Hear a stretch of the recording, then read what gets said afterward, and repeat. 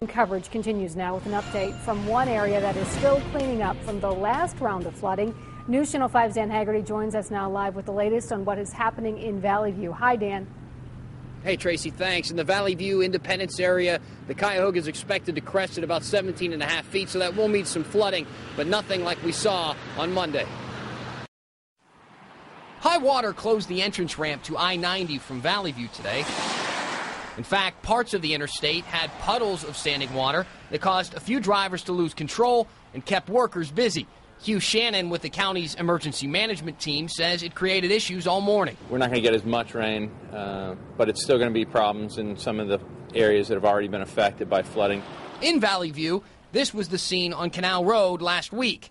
Today, the canal itself is much lower, a relieving sight for businesses nearby. It's a encouraging sign to see it not rising as quickly as it did on Monday. Quaker Steak and Lube had to close when floodwaters crept into the parking lot. We did have a couple families from regular customers and one employee whose house was damaged, so we're going to do whatever we can to help them out if we can. We had 19 inches of water in there, so we've ripped everything out, and that's the next step, is rebuilding everything. Heather Pappish lives up the street and has been here for more than 20 years. You get used to it, but it still doesn't make it any easier when the rains come in and you hear the flood warnings again. And while Heather prepares for the waters to rise again, the waterlogged pile of what is now garbage grows in her front yard. As long as I'm staying busy, I'm fine, and I don't think about it too much. It's when I stop at the downtime, it's where everything starts to sink in a little bit more.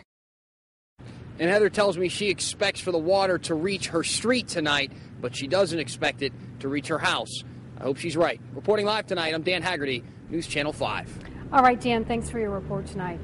Well, we ask you to stay with News Channel 5 and NewsNet5.com for the very latest on flooding concerns. You could also download an app to your smartphone that will help you send us your flooding pictures, and we will keep you updated on Facebook and Twitter as well.